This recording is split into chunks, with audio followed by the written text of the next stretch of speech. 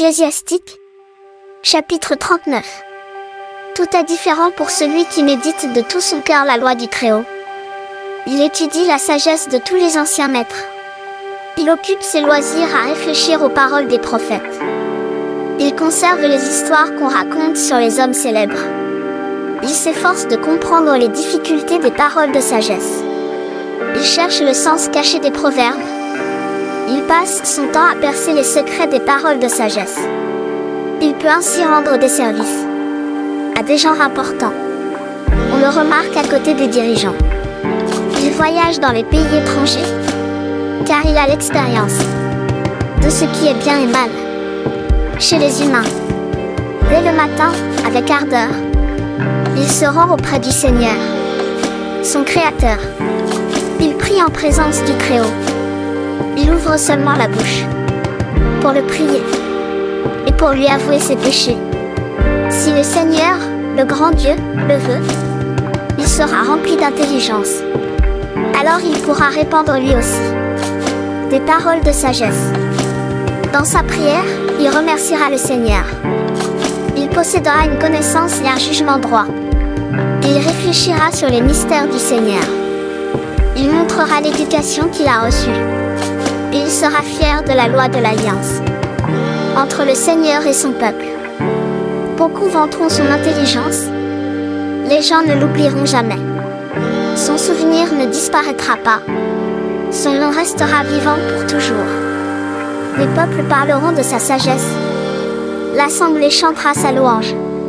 S'il reste en vie, il laissera derrière lui un homme plus glorieux que nul autre.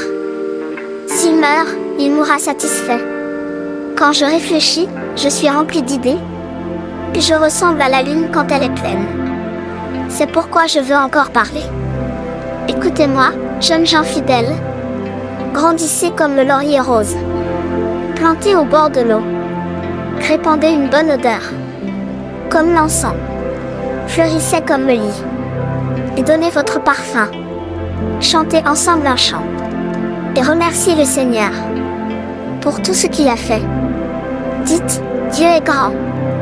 Remerciez-le en chantant sa louange, accompagné de vos harpes. Voici ce que vous direz pour le fêter. Toutes les actions du Seigneur sont magnifiques. Chacun de ses ordres se réalise au bon moment. Il ne faut pas demander « Qu'est-ce que ceci? Pourquoi cela ?» En effet, toute question trouvera sa réponse au bon moment. Quand le Seigneur a parlé, l'eau s'est arrêtée et a formé une grande masse. Il a dit un seul mot, et les réserves d'eau se sont formées. Sur son ordre, tout s'accomplit comme il veut. Personne ne peut s'opposer au salut qu'il apporte. Il voit toutes les actions humaines. Rien n'échappe à son regard. Il voit le passé et l'avenir. Rien n'est étonnant pour lui. Il ne faut pas demander « Qu'est-ce que ceci? Pourquoi cela ?» Car il a tout créé pour un but. La bénédiction du Seigneur recouvre tout, comme un fleuve qui déborde. Elle remplit la terre, comme une grande inondation.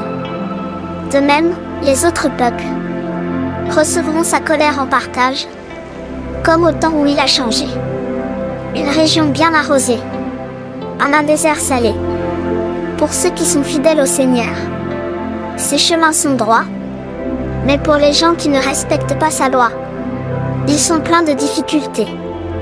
Dès le commencement, le Seigneur a créé les bonnes choses pour ceux qui sont bons et les mauvaises choses pour les gens mauvais.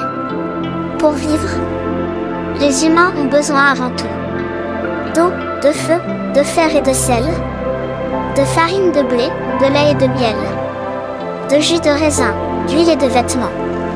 Tout cela, ce sont de bonnes choses pour ceux qui sont fidèles au Seigneur. Mais elles deviennent un mal pour les gens mauvais. Le Seigneur a créé certains vents pour punir les humains, et sa violente colère les a changés en grand malheur. Au moment du jugement, ils répandent leur violence, et ils laissent agir jusqu'au bout la colère de leur Créateur, le feu et la grêle, la famine et la mort. Le Seigneur les a créés pour punir les humains. Les dents des bêtes sauvages, les scorpions, les vipères, l'épée de la vengeance. Dis-tu ceux qui méprisent Dieu? Tous se réjouissent d'obéir à ses ordres. Sur la terre, ils sont prêts à agir en cas de besoin. Le moment venu, ils ne désobéiront pas à sa parole. Dès le début, j'étais sûr de cela. C'est pourquoi j'ai réfléchi. Et je l'ai mis par écrit. Toutes les actions du Seigneur sont bonnes. Il donne ce qu'il faut, quand c'est nécessaire. Il ne faut donc pas dire: ceci est plus mauvais que cela. Oui, le moment viendra où on reconnaîtra que tout était bon. Et maintenant, de tout votre cœur, chantez à pleine voix pour remercier le Seigneur.